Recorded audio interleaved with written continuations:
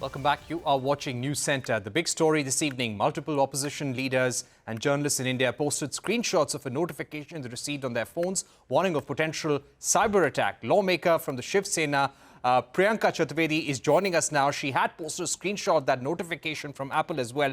Priyanka, first of all, what do you feel about what the minister has said? The MOS has also spoken out saying there will be a thorough investigation into this. The Apple company will also be made to join the investigation.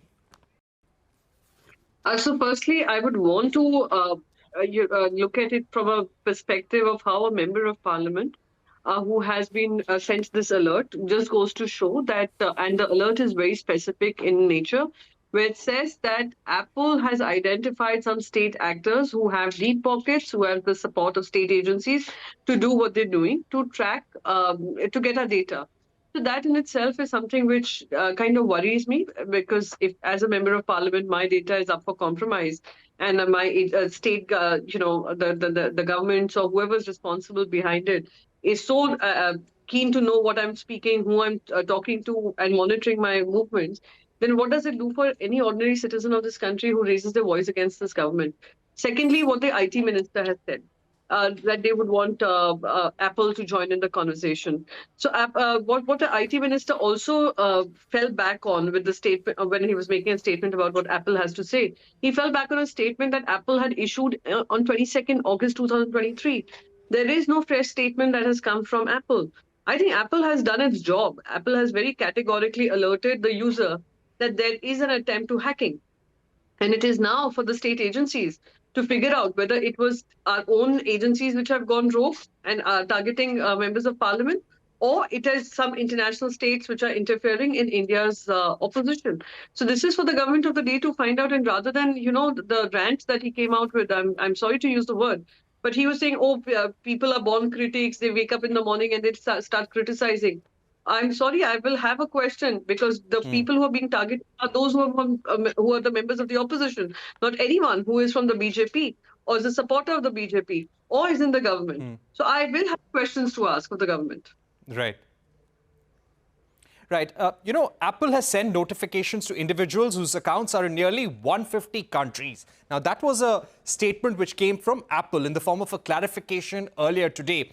How will you ensure that there is a proper investigation? How will you ensure that state agencies come and explain that whatever was done, there was a rationale under law to do so?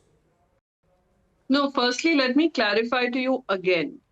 The statement that has come from so-called Apple spokesperson, who we are not aware of, some statement that the IT minister is relying upon, is saying what Apple statement he's referring to is that of 22nd August 2023. The spokesperson, the message that the spokesperson, and please allow me 30 seconds to pull out the statement that apparently a spokesperson has given. Just give me a minute. And it is just a copy-paste job. It says the statement that has come, clarification attributable to Apple. Apple does not attribute the threat notifications to any specific state-sponsored attacker.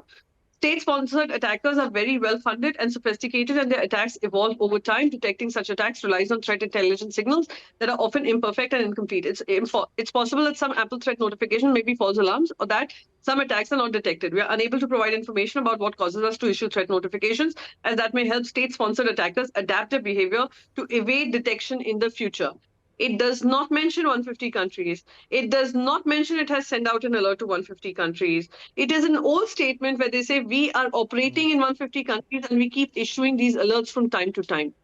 So this is just some I would say, responsibility that they're washing their hands off from by not holding themselves accountable and dumping the blame on Apple. It is not Apple's job to clarify. It is your job to clarify that how is that our data is compromised when we have an IT Act in place, when we have government agencies in place. Right. Priyanka Chaturvedi, how is this going to be raised in the winter session of Parliament? Are you also planning to take this up legally in a court of law? No, where do I go? I mean, as a member of Parliament, who do I go to? When Apple is alerting me that it is state-sponsored hackers who are attacking my account, who are trying to compromise my data, who are trying to compromise my phone. And if I have to hand it over to the state agencies, do you think they will be able to do a free and fair investigation? Absolutely not. We are already seeing so many clarifications coming from the government. They're mocking it. They're laughing at it. They think that this is not possible, while Apple thinks it's otherwise. It is a matter of serious breach. And as a citizen of this country, before being a member of parliament, my fundamental rights are being denied to me. So before I head to the law agencies, which the courts, etc., I would want to know from my government how protected is my data. And how am I assured of the fact that as a member of parliament, the opposition, I can voice my views and discharge my responsibilities in holding my government to account and expecting transparency from governments without government coming clean? And whether I would be able to discharge my duties in a free and fair manner? Priyanka Chaturvedi, my final question.